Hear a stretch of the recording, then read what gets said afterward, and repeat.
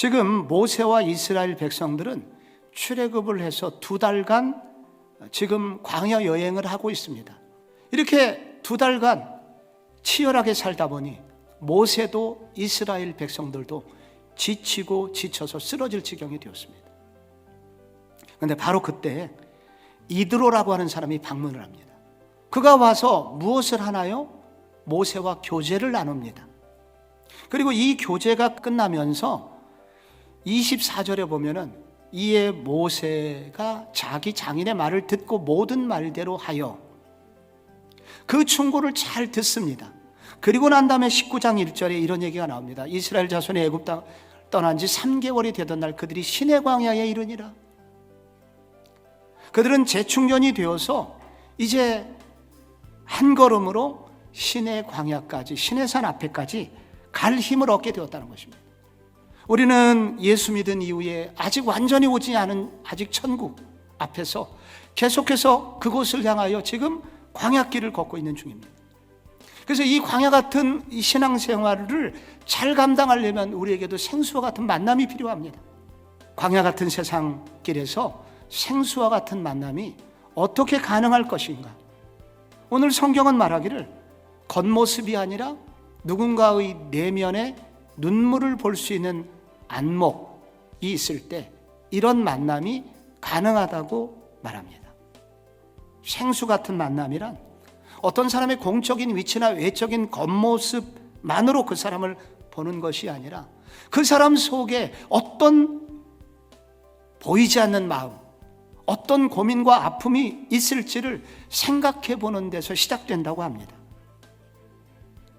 겉으로 멀쩡해 보이고 겉으로 부유하게 사는 저 사람의 내면에도 혹시 어려운 일은 없지 않을까?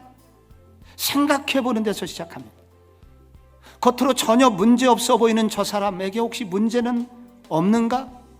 이렇게 생각하는 순간에 겉모습이 아니라 누군가를 이렇게 바라보는 이런 질문으로부터 바로 생수와 같은 만남은 시작된다고 이드로와 모세가 우리에게 알려주고 있는 것입니다. 또 하나 둘째로 하나님의 은혜에 대한 간증이 있는 만남, 이 만남을 통해서 생수의 만남이 터집니다. 간증의 핵심은 뭐냐? 여호와께서 하나님께서 내게 주신 은혜를 정리하여 나누는 것입니다. 그런데 성경은 말하기를 이것은 결코 작은 일이 아니다. 하나님께서 내게 주신 은혜를 정리하고 그것을 누군가에게 말할 때, 그리고 그 이야기를 진지하게 누군가 들어주는 그 순간 이 둘 사이에서 생수와 같은 만남이 터지게 된다. 여러분에게는 어떤 간증이 있으십니까? 지난 1년간 하나님께서 여러분의 삶을 이끌어 오셨잖아요. 하나님이 주신 은혜를 한번 되새김질해 보십시오. 그리고 그것을 한번 정리해 보십시오. 그리고 그것을 누군가에게 한번 고백해 보십시오. 그때 하나님의 놀라운 일하심, 그것을 통해서 누군가 바꾸고 누군가 변화시키고, 그래서 우리로 하여금 생수 같은 만남으로 바꿔주신다는 것입니다. 오늘 성경은 마지막으로 생수 같은 광야길의 생수 같은 만남은 서로의 사역의 의미를 알아주는 만남이어야 합니다. 11절에 이 이드로의 고백입니다. 이제 내가 알았도다. 여호와께서 모든 신보다 크심으로 이스라엘에게 교만하게 행하는 그 일을 이기셨도다. 이 말은 하나님이 이렇게 위대했다는 것이죠. 그런데 이 말 속에는 뭐가 들어가 있냐면 단지 하나님에 대한 이해만 바뀐 것이 아니라 모세가 하고 있는 사역자 모세의 삶이 어떤 의미를 가지고 있는지 비로소 알게 됐다는 것을 고백하고 있는 시점입니다. 모세는 이 얘기를 듣는 순간 새처럼 깃털처럼 가벼워집니다.